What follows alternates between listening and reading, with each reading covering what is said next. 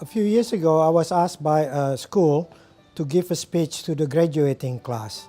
And the theme I choose is freedom is not free. I said to them that now they are graduate, some of them will go to universities, others will go to work. Now they will have more freedom than they have before as a student. For example, if you go to university, your professor probably don't really care whether you attend the class or not. So it's up to you. You are free to go or not go. And again, with the assignment, you are free to do the assignment or not to do assignment. If you don't do the assignment, you fail, of course, but it's entirely up to you. Nobody going to look over your shoulder and hound at you, every day to make sure that you do your homework, to do your assignment. But freedom is not free. And great leaders like Gandhi, Nelson Mandela, Martin Luther King, and Daw Aung San Suu Kyi understood this principle very well. For example, Gandhi spent many time in prison, in order to give freedom to the Indian people.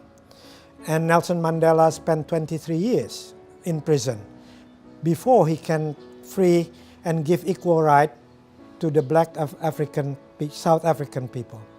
The same with Martin Luther King.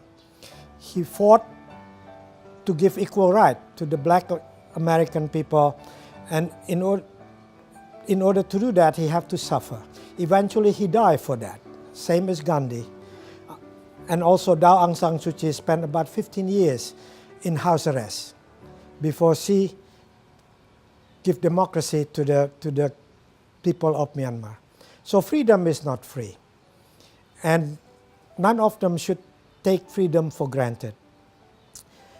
In my book, you see, the OPERACY book, I said that when you become successful, you have more freedom. When you have more power, you have more freedom to choose. And with that freedom comes responsibility. So freedom must be always balanced by responsibility, because freedom without responsibility is just madness. And then if freedom are not balanced with responsibility, it cannot be sustained without force. Right? So one of the things we talk a lot about this day is human rights. More and more people start to understand about human rights. And it is very important for us to understand that. But human rights is in danger of being trivialized. Oftentimes, it is used as mere slogan without understanding the full meaning of human rights. Other times, it used to manipulate people to get what we want.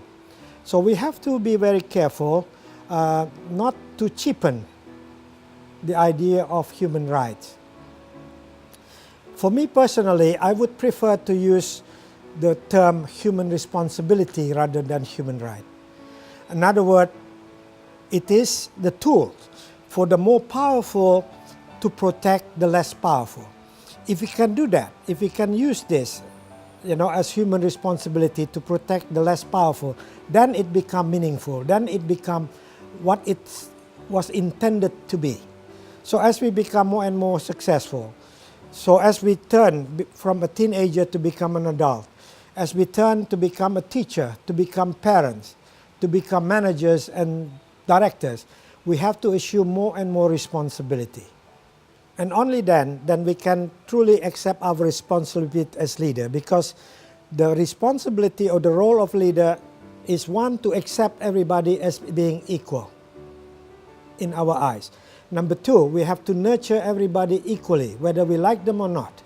Number three, we have to protect them, doesn't matter who they are.